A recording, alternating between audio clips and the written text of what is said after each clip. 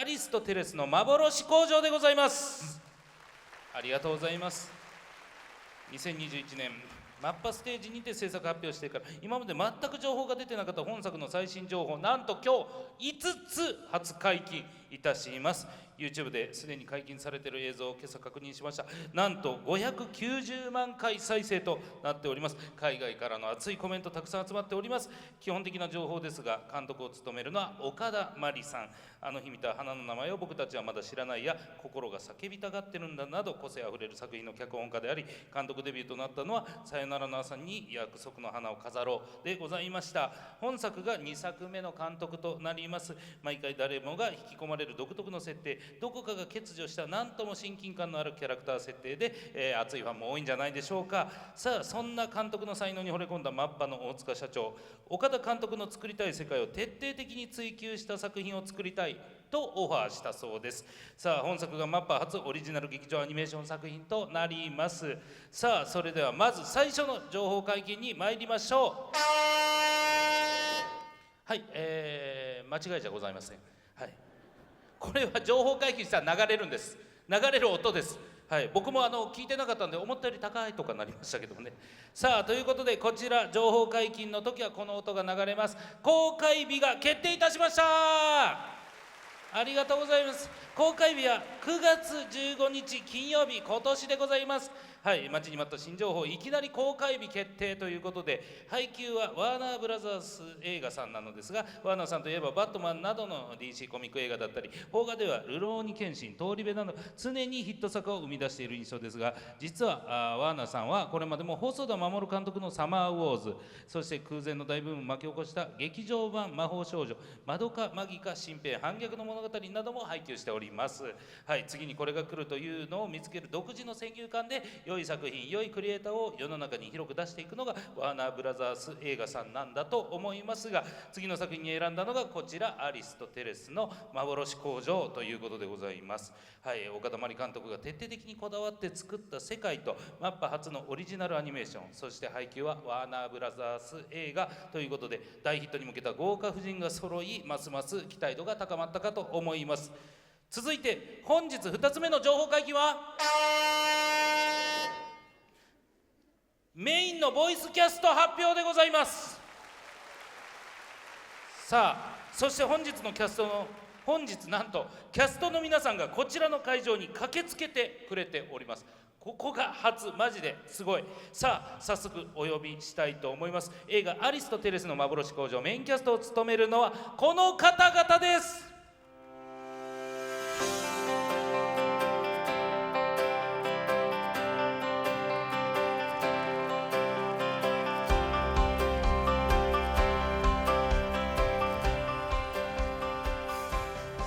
真ん中から菊入正宗役の榎木淳也さん、ありがとうございます。そして相模睦美役の上田玲奈さん、泉役の久野美咲さん、よろしくお願いします。よろしくお願いします。それではご挨拶の方からいただいていいですか。では榎木さんお願いします。はい、菊入正宗の声を担当させていただきます榎木淳也です。まだ情報が全然出てない作品なので、今日皆さんに、ご紹介できたらなと思いますので、最後までよろしくお願いします。よろしくお願いします。上田さんお願いします。はい、相模睦美役の上田玲奈です。今日はよろしくお願いします。よろしくお願いします。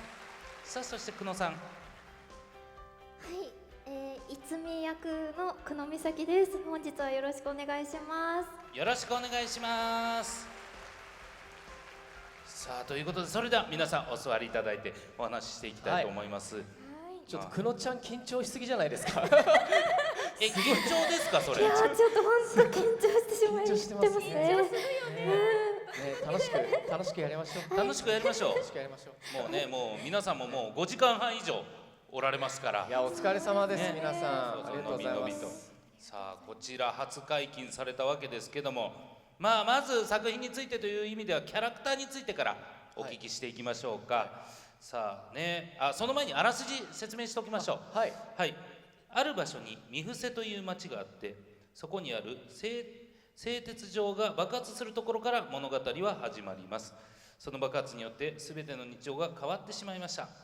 外へ出る出口が全て封鎖され、さらに時まで止まってしまった町が舞台です。その町ではいつか元に戻れるように、住人たちは何も変えないようひっそりと暮らすことになります。さらには何か変えようとする人が現れると、変えちゃダメだと、変化は悪とするルールも定められ、毎日退屈な日常を暮らすようになりました。そんな状況の中、退屈な日常を過ごす14歳、榎木さん演じる主人公菊入正宗、そしてその正宗の気になる存在で何か謎めいた魅力を持つ同級生が上田さん演じる睦美。ある日、正宗と睦美はある場所で謎の少女に出会います。彼女は喋ることもできない野生の狼のような少女。その少女を演じるのが久野さんになります。この3人の出会いが世界の均衡を崩していき、やがて大変な展開になっていくというお話です。はい、はい、もうこれ聞くだけで、はいはい、もうチケット今取れるなら取りますよとありがとうございます。ムビチケ買いますよってなもんですけど、いや気になります。はい、さあちょっとまずキャラクターについて榎木さん、はい、こちら主人公正宗演じてみていかがでしょうか。そうですね、正宗はこう14歳でこう時が止まってるっていう、状態なので、やっぱこのちょっとこの状態に退屈さとか、はい、なんかやっぱ変化しちゃいけないっていうのがあるんですけど、ちょっとなんかそこに対していろいろと思うところがあって、割とこう鬱屈とした状態からスタートしていくんですけれども、そこがこう睦美と、そして逸美と出会って、この表情からしてちょっといろいろ思ってそうじゃないですか、今出てると思うんですけれども、この2人とこう関わることでどう変化していくのかっていうところ、本当に僕今日一番怖いのがネタバレしそうなんですよ、マジで。なんか全然情報出てないじゃないですか。いや出てないです。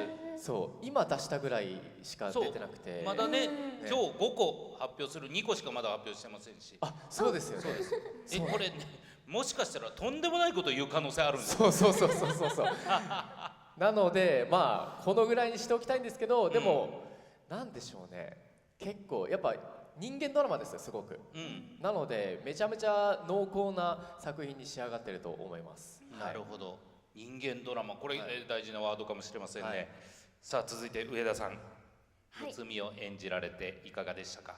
そうですね、相模睦美は、その正宗の同級生のミステリアスな少女っていう、描かれ方で登場するんですけど、そのなんて言うんでしょうね、このルール、心を動かしてはいけない、変化があってはいけないっていうルールの中で、人一倍動かしてはいけないって徹してるキャラクターかなって思います。そのルールを守っているってことなんですかね。そうですね、でなぜそこまでルールを守っているのかとか、じゃあ本当の気持ちはどこにあるのかとか、そこがこう探りながら見ていくと、この作品より面白く見ていただけるんじゃないかなっていう、絶妙なキャラクターになっていますね。本当にね、ネタバレしそうなんですよね。怖いんだよマジで。今ね、僕らは分かんないじゃないですか、どこがネタバレか。でもマジでその榎木さんも上田さんもなんかマジで綱渡りみたいに喋ってますよね。マジで怖いですよ。そうなんですよ、本当にまだお話できないことがいっぱいあるんですけど、まずはこのね、部分を皆さんに知っていただいて、相模睦美ってどういう子なんだろうっていう状態で、本編見ていただけたらいいのかなって思います。なるほどなるほど。さあそれでは謎の少女逸美、ここもネタバレたくさんありそうだ。ちょっと久野さんどうでしょう。なんか本当お二人が説明上手すぎて、いや言ったらいい。飲み屋のクロちゃんで言ったらいい。どんなと違うんだ。お酒持ってこようか。飲み屋の時は明るいんです、すごい。いや緊張してるからね。本当に逸美は謎の少女でして、言葉も話せないですし、さっき野生の狼みたいなっていう存在が言ってましたよね。そう、本当に正体不明の、それこそもう何言ってもダメな気がします。めちゃめちゃキーキャラクターだから、めちゃくちゃいい笑顔のように見えますけどね。そのいつみが政宗と睦美がこういつみと出会ってこうどう変わっていくかみたいなのも結構重要なポイントなんじゃないかなって思いますね。なるほど。野生の狼のような少女の部分があるということですしね。はい。多くは語れない。そうね。でも3人とも主人公みたいな感じですごく3人の成長が描かれていく作品にはなるとは。これは大丈夫ですか言っても。いや、まあそれは大丈夫。これ成長しますよね。成長しますを言っちゃダメだったら、もうこのステージに立たないでください。それぐらいは喋っていいでしょ。それ物語ですからね。やっぱキャラクターは成長しますからね。あと本当に皆さんのお芝居の爆発力がとんでもなくって、なるほど。この本編の物語とかキャラクターの成長とかをなんだろう表現する。特にこのお二人の爆発力は多分この作品の見どころになるんじゃないかなって私は思ってます。上田さんもすごかったですよね。いやすごかった。私アンナレーナちゃん初めて見たっていうシーンもあったりして、なんか一個言っていいのは多分大丈夫だと思うんですけど、アフレコの時に結構向き合って芝居したりしましたよね。しましたね。そうなんだ。大体そう絵を見て芝居することが多いんですけど、今回はちょっとこう人間と関わるお話だから3人でトライアングルになって、2人とかじゃないんです。3人でトライアングルになって、トライアングルになってお互い見ながら結構バチバチにねアフレコしてっていうやりましたね。楽しかった思い出がある。楽しかった。そのニュアンスもきっと載ってますよね。そうですよので。だから爆発力、そしてその向かい合ったところは一体どこなんだっていう見方もちょっと今の間にちょっとねその情報をストックして、ぜひ9月迎えたいと思うんですが、さあそれではですね、作品の魅力聞いていきましたが、なんと本日岡田真理監督からコメントいただきました。ありがとうございます。ありがとうございます。さあ私の方から代読させていただきます。マッパステージにお集まりの皆様、こんにちは。岡田です。アリスとテレスの幻工場ですが、作品に関わってくれている多くのスタッフの情熱により少しずつ作品の完成形が見えてきました。この作品を作っている理由の一つに、自分が子どもの頃に憧れた邦画や劇場アニメの空気を現代の文法で作ってみたいというものがありました。抱いていた理想そのままにどこか懐かしい、それでいてちょっと見たことがないような映像になってきていると思います。少年たちが主人公の本作ですが、甘酸っぱい青春ものとは全力で逆走しているヒリヒリした青春を描いています。皆さんに楽しんでいただけますようスタッフ一同頑張ります。何卒よろしくお願いしますとメッセージいただきました。ありがとうございます。ありがとうございます。ヒリヒリした青春っていい言葉ですね。そうですね。はい。ちょっとこれ楽しみでございますが、さあなんと監督、キャストの皆さんに質問が届いております。はい。さあまずこちら、久野さんに質問でございます。いきなり、いきなりドキドキ。さあ大丈夫大丈夫。いきましょう。はい、久野さんには最初の PV で叫び声から参加してこの声に作品を引っ張っていただきました。ありがとうございます。本編でも生命力の塊であるいつみを体当たりで演じてくださいましたが、ご自身でいつみと似ているなと思うところはありますかと。誰？さあネタバレなしで。ネタバレ似てるところどこですか？そうですね。そうですね。そうです。そうですね。そうですね。3連発です。私今まで自分はすごく感情的な人間だって思って生きてたんですよ。でもよくよく考えたら日常生活で割とすごく理性的に過ごしてるなっていうふうに感じたりしてて、でもなんやかんやここ最近は本当になんかこう自分の本能というか、思いのままというか、ちょっと衝動的に行動しちゃってるなって思う瞬間もあったりして、はい、なんかいつみはそのさ感情むき出しで、結構その、野生というか本能というか、そういう要素がすごく強いキャラクターなので、なんかそういった部分でちょっと重なる部分があるのかなっていうふうに思いますね。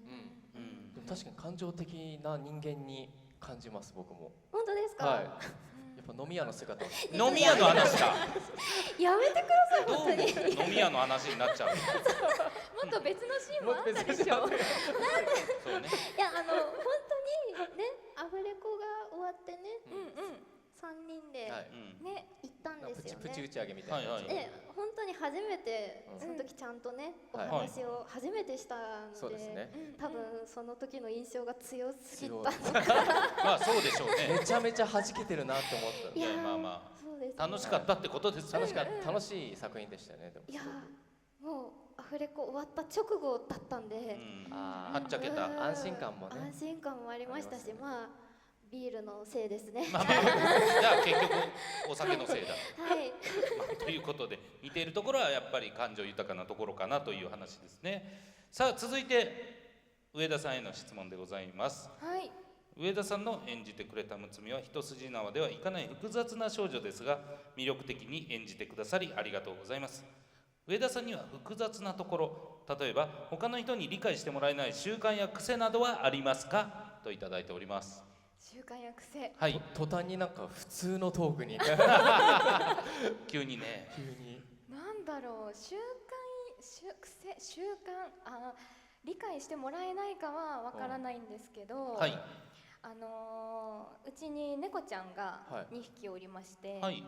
その子たちに行ってきますって挨拶をしてから家を出るんですけど、その時こうもうこれでこう一生何か外で私が事故とか事件とか病気とかで会えなくなるかもしれない、もうこれが最後かもしれない、ありがとうみたいな、一回一回それをやらないと家を出られない、一度別れ、根性の別れを心の中で告げてからじゃないと、覚悟を決めてからじゃないと離れられないっていう癖まあがあります。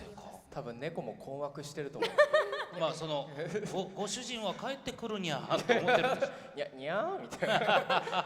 重いにゃー。すごい気持ちわかる。わかりますか？本当、私も結構日常でも人と会うときに、この人と会うのもしかしたらこれで最後かもしれないっていう気持ちになるのよくなるよね。すごいわかる。うわー、よかった。すごい意気投合してる。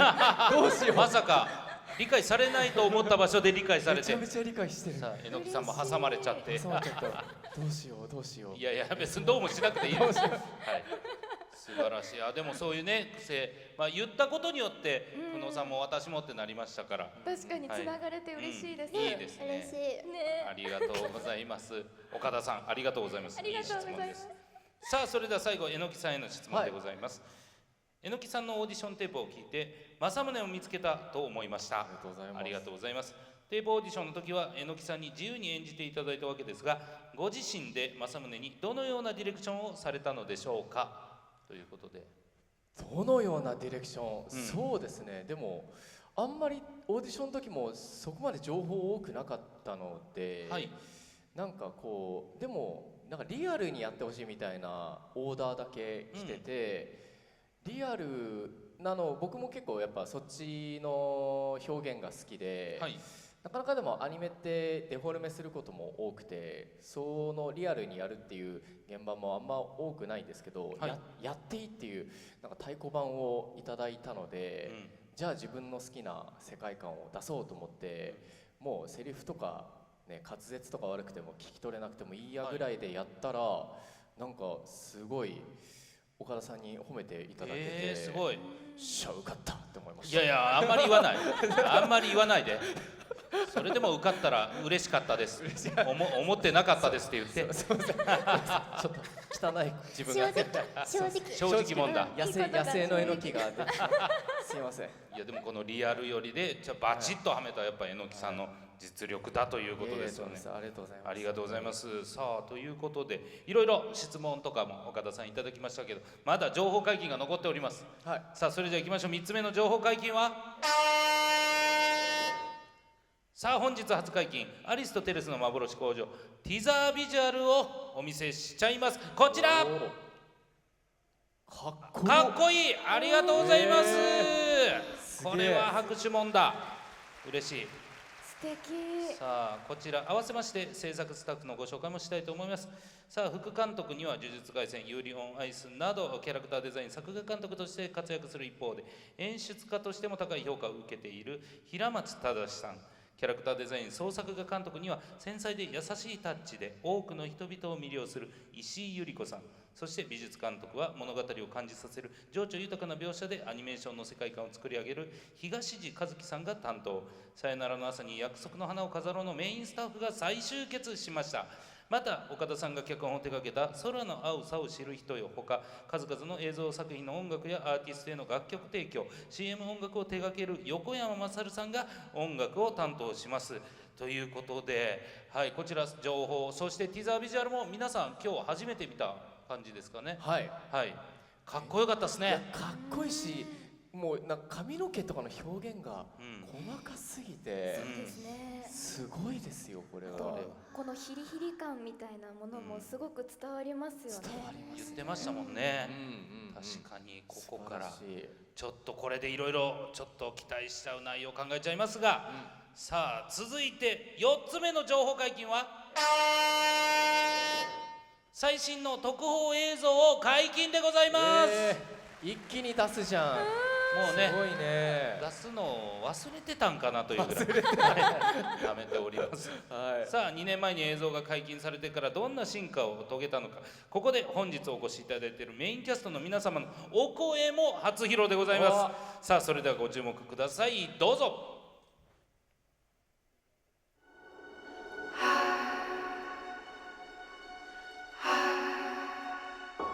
お前にはわかるか、好きって気持ち。退屈の仕業でしょ。大嫌いって気持ちとすごく似てて、変態。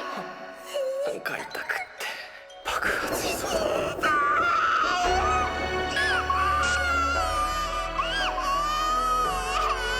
退屈、根こそぎ吹っ飛んでっちゃうようなの見せてあげようか。おーすげえ。作がすごいっすね。いや作がすごい。あと声もめちゃくちゃしびれた。よかった。いやちょっとこちら、はねえ皆さん見ていていかがでしょう。榎木さんいかがでした？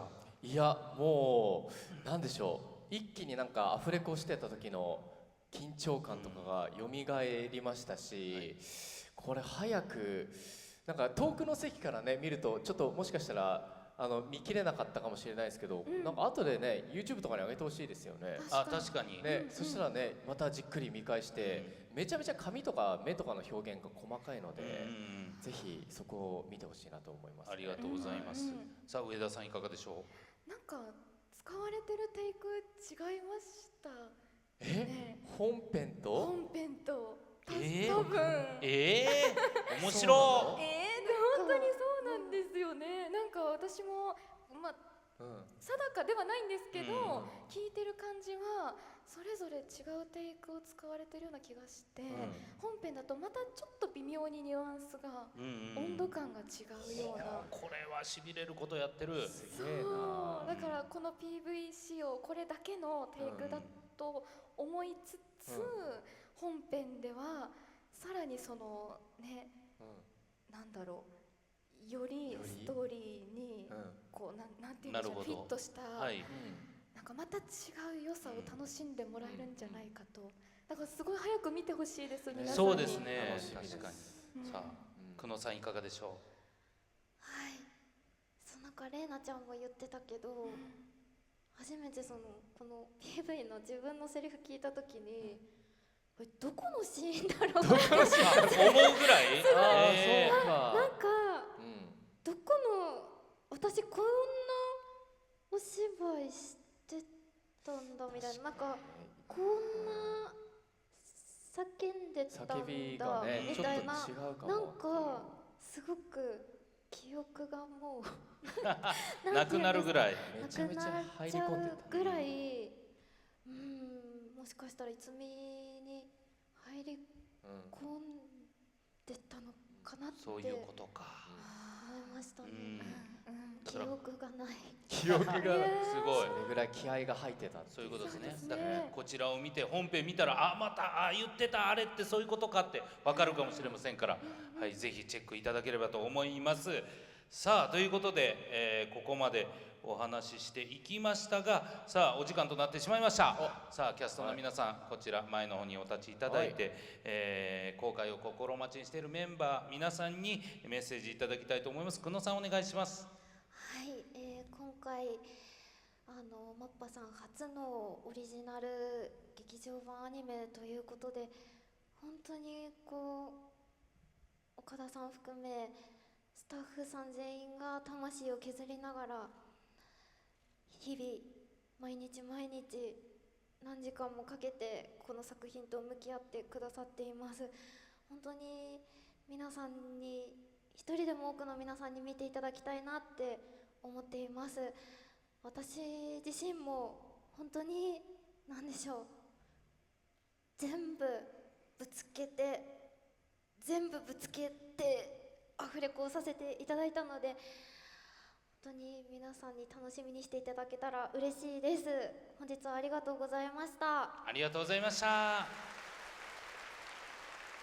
さあ上田さんお願いします。はい、本当に恋っていいなって思わせてくれるような作品だなっていうふうに感じて、大人になるにつれて恋みたいに激しく心が動くようなことって少なくなっていくなって私は感じてたんですけど、そんな中でこの物語やこのキャラクターたちに触れて、こんなにも淡々とひっそりとした世界の中で恋っていうものがフィーチャーされて、こんなにも溢れて止まらないものってあるんだって改めて感じることができて、その恋っていいなって大人になってから見る恋物語もまたその少女の時に見てた恋物語とは違った目線で見れていいんだなっていうふうにも感じたりしました。みんなの熱量がきっとフィルムから伝わってくる作品だと思いますので、ぜひ楽しみにお待ちください。今日はありがとうございました。ありがとうございました。最後榎木さんお願いします。はい、本日はありがとうございました。そうですね、この映画は本当に岡田監督 100% っていう感じの、本当に岡田監督がこだわりにこだわり抜いた、フィルムになっていると思います。個人的にはこんなにアフレコで疲れたのは本当初めてなんじゃないかってくらいね、本当にみんな疲労困憊になりながら、撮った作品ですけれども、それだけものすごいエネルギーを秘めた作品になってると思いますので、ぜひ劇場で見たらもうすごくエネルギーに当てられて、見終わった後はすごい呆然としてしまうかもしれないんですけども、ぜひ9月楽しみに、していただけたらなと思います。今日遅い時間までありがとうございました。ありがとうございました。さあそして本日最後となります5つ目の情報解禁お伝えいたします。なんとアリスとテレスの幻工場原作小説が角川文庫より発売されること決定しました。もうすぐじゃないですかこれ。そうなんです。6月13日でございます。早い。はい、こちら「あの花」以来約10年ぶりとなる岡田監督書き下ろし小説、どこよりも早く監督自身の文章で作品の世界を楽しんでいただけます。映画を見る前に読んでおいたら映画の場面セリフがさらに深く味わえること間違いなし。こちらカバーのイラストは角川文庫だけの限定カットでございます。6月13日全国の書店および電子書店にてお買い求めいただきます。ぜひ映画公開のまでも小説版とともにアリスとテレスの幻工場の世界をお楽しみください。